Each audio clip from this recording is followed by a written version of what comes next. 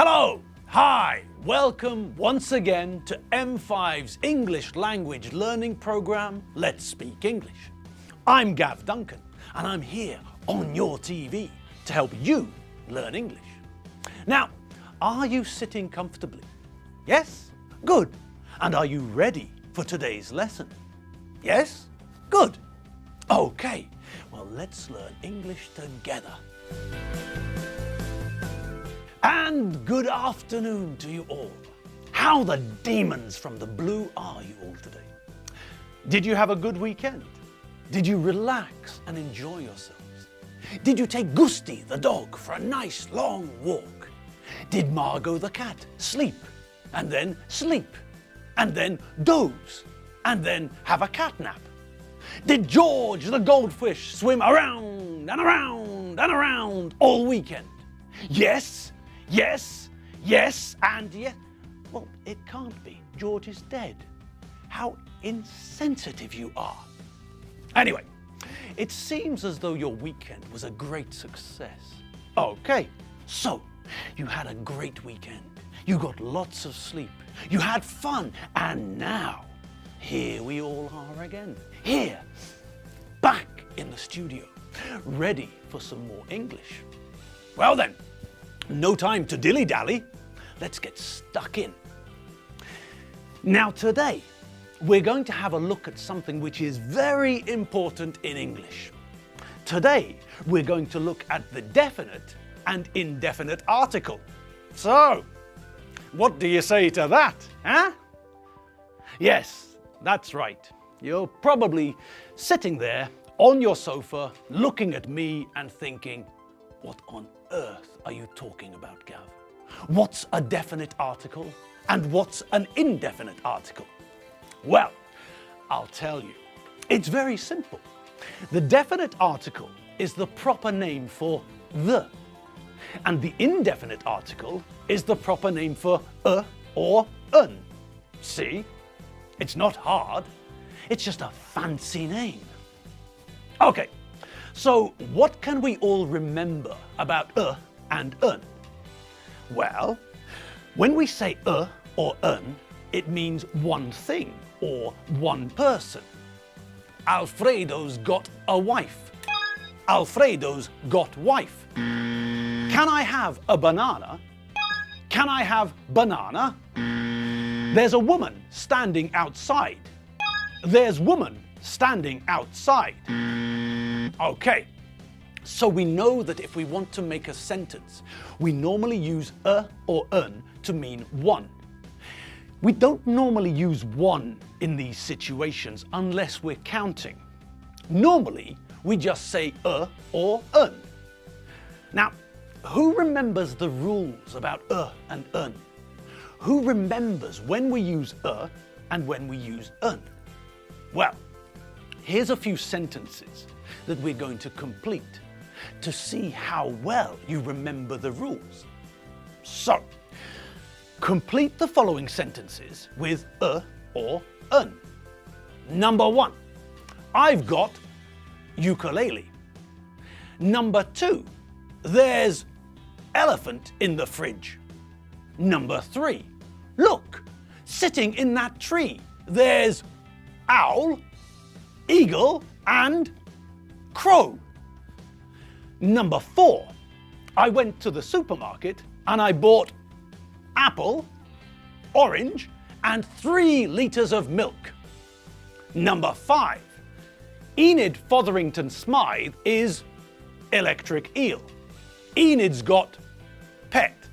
Enid's pet is called Keith, mad dog pheasant. Keith is pheasant. Good. Okay, how did you do? Those were easy, weren't they? Well, let's check them to see if you got them all right. Okay, what about the first one? Well, we're talking about possession, aren't we? We're using the have got form to talk about something that I possess, something that belongs to me, something that I own. And because ukulele begins with which type of letter? Yes, that's That's right. Ukulele begins with a U, which is which type of letter? Come on, think back. That's right. Remember the two groups of letters in the alphabet, vowels and consonants. Vowels are A, E, I, O, and U. And consonants, well, consonants are all the other letters. The alphabet minus the vowels are the consonants. Okay, so if a noun starts with a vowel, we put n in front of it. So, number one, I've got a ukulele. What? What? But, what happened there? Aha. Have you all forgotten? You must remember, surely. Why do we say a ukulele? Ukulele starts with the letter U. The letter U is a vowel. That means we use an with it. Well, yes and no. Do you remember that the basic rule is that we use an with words which begin with a vowel and with words which begin with a consonant? Good, but think back. There were a few cases where we used an with nouns which began with consonants and with nouns which began with vowels. Think about hour, university, uniform, European. Logically, we should say a hour, but we don't, do we? We say an hour. Logically, we should say an university, but we don't, do we?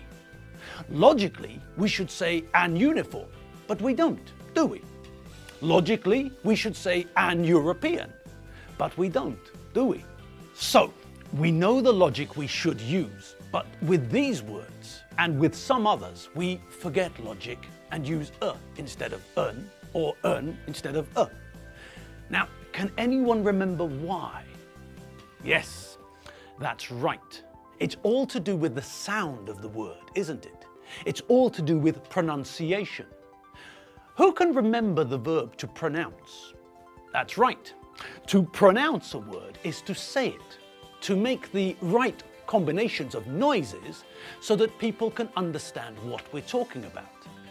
Pronunciation is the noun we get from the verb to pronounce, and our pronunciation is very important.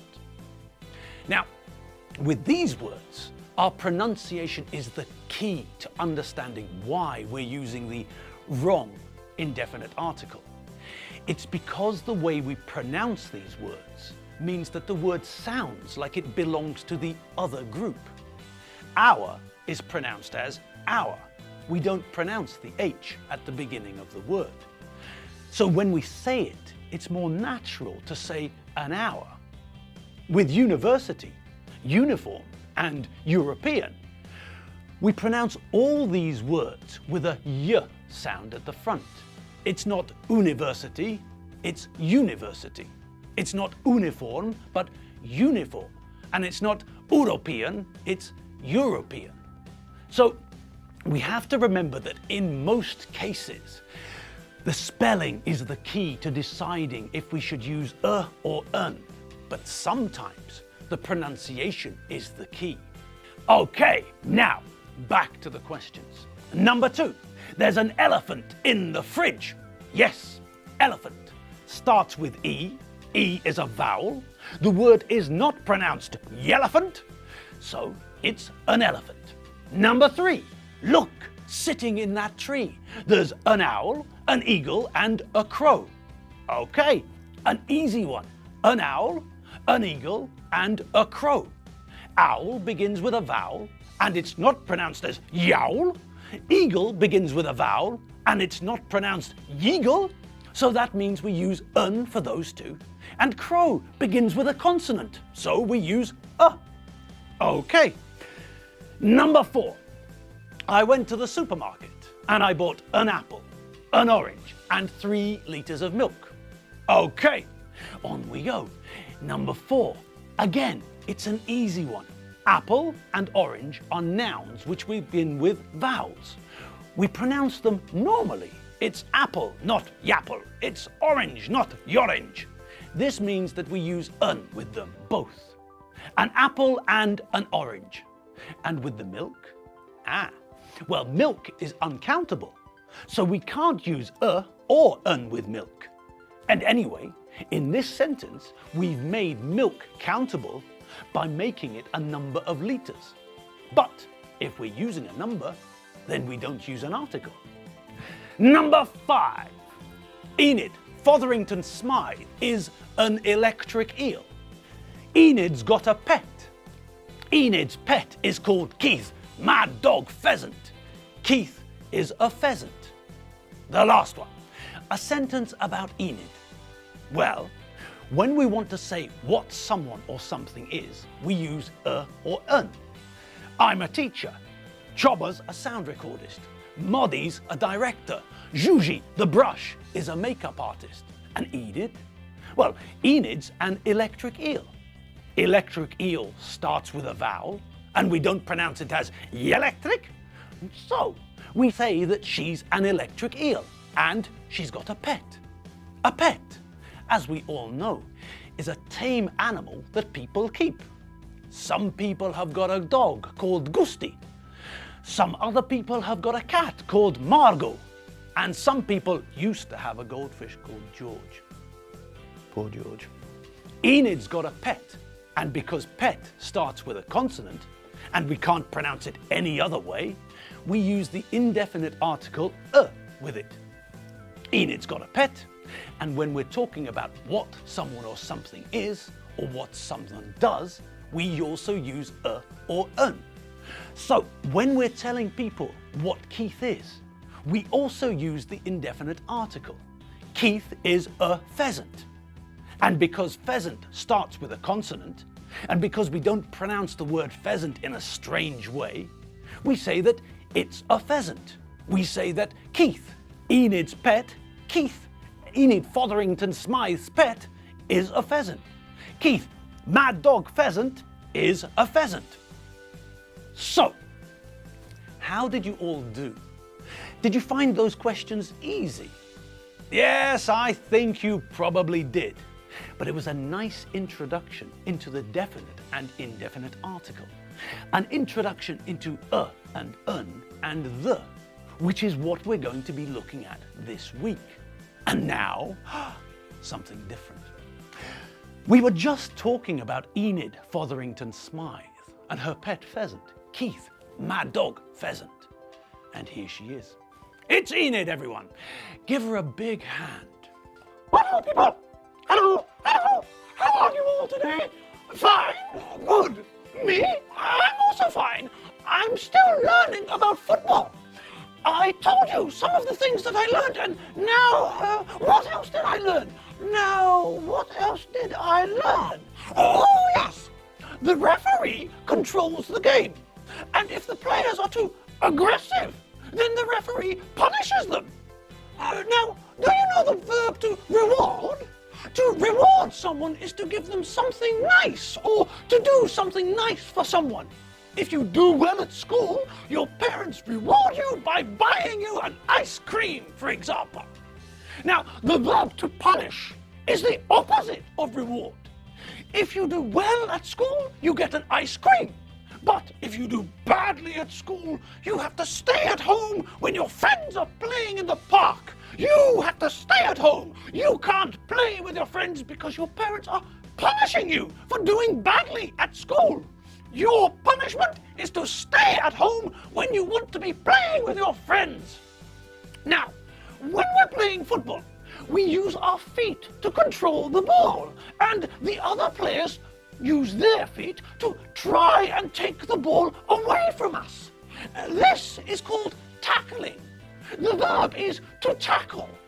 When football players tackle each other, they should only try to kick the ball. But sometimes they make mistakes, and sometimes they do bad things. If they kick another player instead of the ball, then the referee punishes them or their team. The referee has 2 colored cards.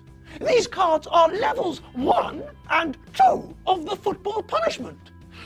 If a player does something bad, the referee shows the player the yellow card, and the other team get a free kick. If the player does something very bad, like this,